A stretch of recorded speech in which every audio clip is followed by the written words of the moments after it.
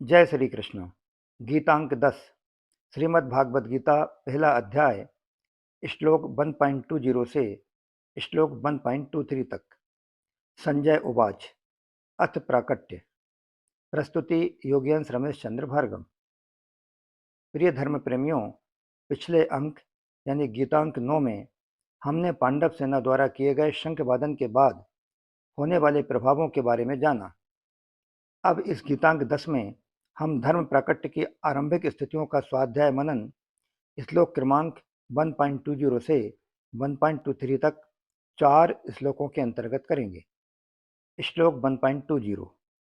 अथ व्यवस्थितान् दृष्ट्वा धार्तराष्ट्रान् कपिध्वजः प्रवृत्ते शस्त्र संपाते धनुरुद्धम्य पांडवा। स्वाध्याय मनन 10 बिंदुओं में। Point number 1। हे महीपते धृतराष्ट्र, इस प्रकार युद्ध प्रारंभ होने ही वाला था।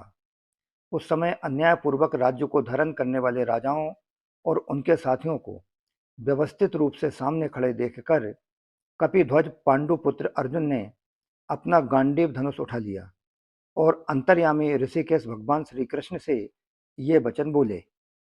Point number 2। यहाँ कुछ महत्वपूर्ण बातों को जान लेना जरूरी है। श्रीमद् भागवत गीता प्रथम अध्याय के 20वें श्लोक के अथ पद के साथ भगवान श्री कृष्ण और अर्जुन के संवाद रूपी श्रीमद् भागवत गीता का प्राकट्य होता है और 18वें अध्याय के 74वें श्लोक में आए इति पद से यह संवाद समाप्त होता है। Point number 3।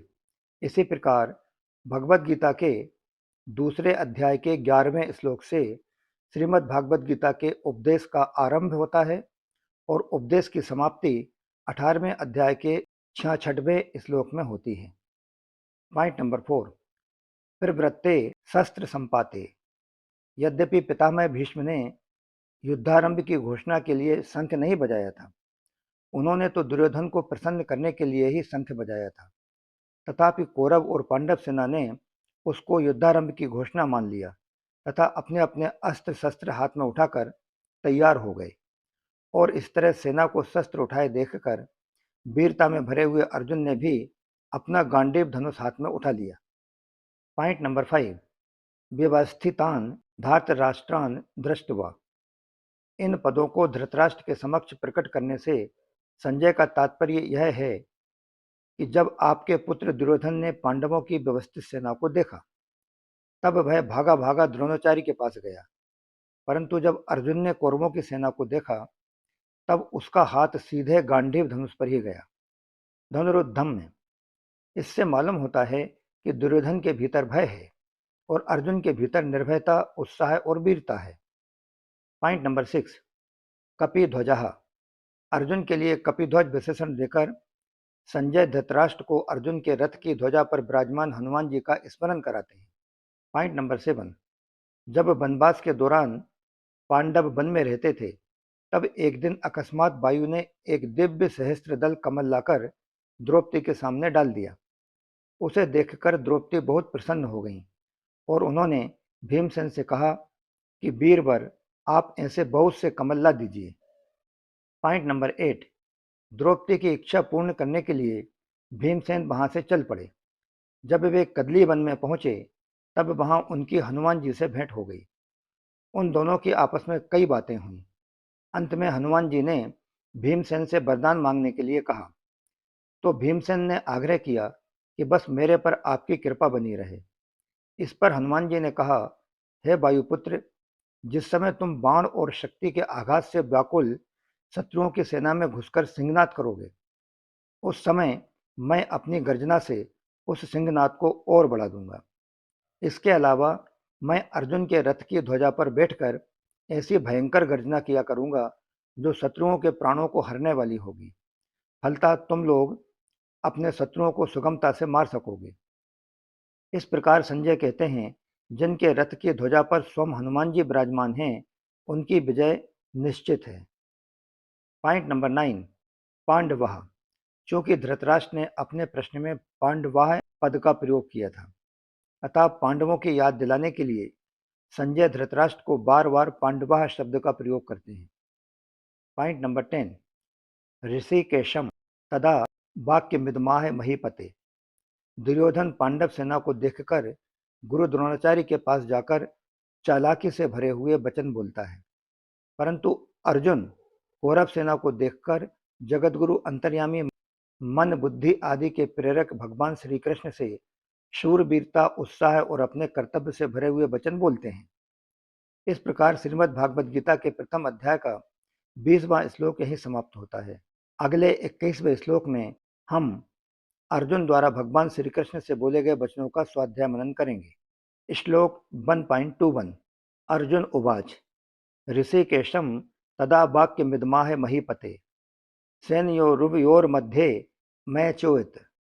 स्वाध्याय मनन 4 बिंदुओं में। पॉइंट नंबर 1 अच्युत सैन्योरुभयोर्मध्ये रथम स्थापय। दोनों सेनाएं जहां युद्ध करने के लिए एक दूसरे के सामने खड़ी थीं, वहां उन दोनों सेनाओं में इतनी दूरी थी कि एक सेना दूसरी सेना पर बाण आदि मार सके। उन दोनों सेनाओं के मध्य भाग में रथ खड़ा करने के लिए अर्जुन श्री कृष्ण से कहते हैं, जिससे दोनों सेनाओं को आसानी से देखा जा सके। Point number 2 सेनयोरुभयोर्मध्ये। यह पद गीता में 3 बार आया है। एक यहाँ अर्थात प्रथम अध्याय के 21वें श्लोक में, दूसरा प्रथम अध्याय के ही 24वें श्लोक में और तीसरा दूसरे अध्याय के ही 10वें श्लोक में। इस पद को 3 बार आने का प्रयोजन इस प्रकार है। पहला पद जो कि इसी श्लोक में आया है, यहाँ अर्जुन श्री कृष्ण को शूरवीरता के साथ रथ को दोनों सेनाओं के बीच में खड़ा करने की आज्ञा देते हैं। फिर यही पद इसी अध्याय के 24वें श्लोक में आया है, जहाँ भगवान श्री कृष्ण दोनों सेनाओं के बीच में रथ को खड़ा करके अर्जुन को कुरुवंशियों को देखने के लिए कहते हैं। और अंत में तीसरी बार यह पद द्वितीय अध्याय के 10वें श्लोक में आया, जो भगवान श्री कृष्ण द्वारा अर्जुन को उस समय गीता का उपदेश देने के लिए प्रयोग में लाया गया था, जिस समय अर्जुन दोनों सेनाओं के मध्य खड़े अपने रथ में विषाद मग्न होकर जहां खड़े थे उसी स्थान पर निढाल होकर बैठ गए थे। पॉइंट नंबर 3 इस प्रकार पहले अर्जुन में शूरवीरता थी, इसके बाद कुटुंबियों को देखने से मोह के कारण अर्जुन की युद्ध से उपरति हो गई और अंत में अर्जुन को भगवान श्री कृष्ण से गीता का महान उपदेश प्राप्त हुआ, जिससे उसका मोह दूर हो गया। पॉइंट नंबर 4 इससे यह भाव निकलता है कि मनुष्य जहाँ कहीं और जिस किसी परिस्थिति में स्थित है, वह उसी स्थान पर रहकर प्राप्त परिस्थिति का सदुपयोग करके निष्काम हो सकता है और इस प्रकार मनुष्य को जहाँ है उसी स्थान पर परमात्मा की प्राप्ति हो सकती है। कारण कि परमात्मा संपूर्ण परिस्थितियों में सदा एक रूप से रहते हैं। प्रथम अध्याय का 21वां श्लोक यहीं समाप्त होता है। श्लोक 1.22 यावदेत्तान् निरीक्षेऽहं योद्धुकाम नवस्थितान् कैर्मया सहे योद्धव्यमस्मिन् समुद्र में। स्वाध्याय मनन 2 बिंदुओं में। पॉइंट नंबर 1 यहाँ हम अर्जुन को एक सेना नायक की भांति रथ के सारथी भगवान श्री कृष्ण को आदेश देते हुए देखते हैं।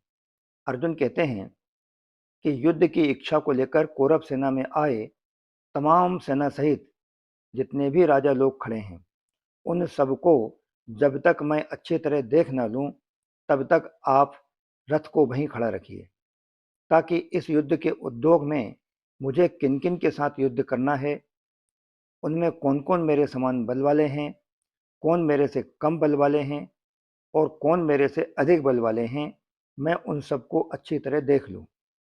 पॉइंट नंबर 2 योद्धु कामान। अर्थात अर्जुन कहते हैं कि हमने तो संधि की बात ही सोची थी, पर कौरवों ने संधि की बात स्वीकार नहीं की, क्योंकि उनके मन में युद्ध करने की ज़्यादा इच्छा है।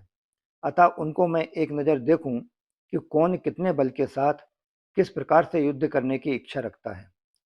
शत्रु सैन्य के निरीक्षण की इच्छा व्यक्त करते हुए वीर अर्जुन अपने साहस, शौर्य, तत्परता, दृढ़ निश्चय और अदम्य शक्ति का प्रदर्शन कर रहा है।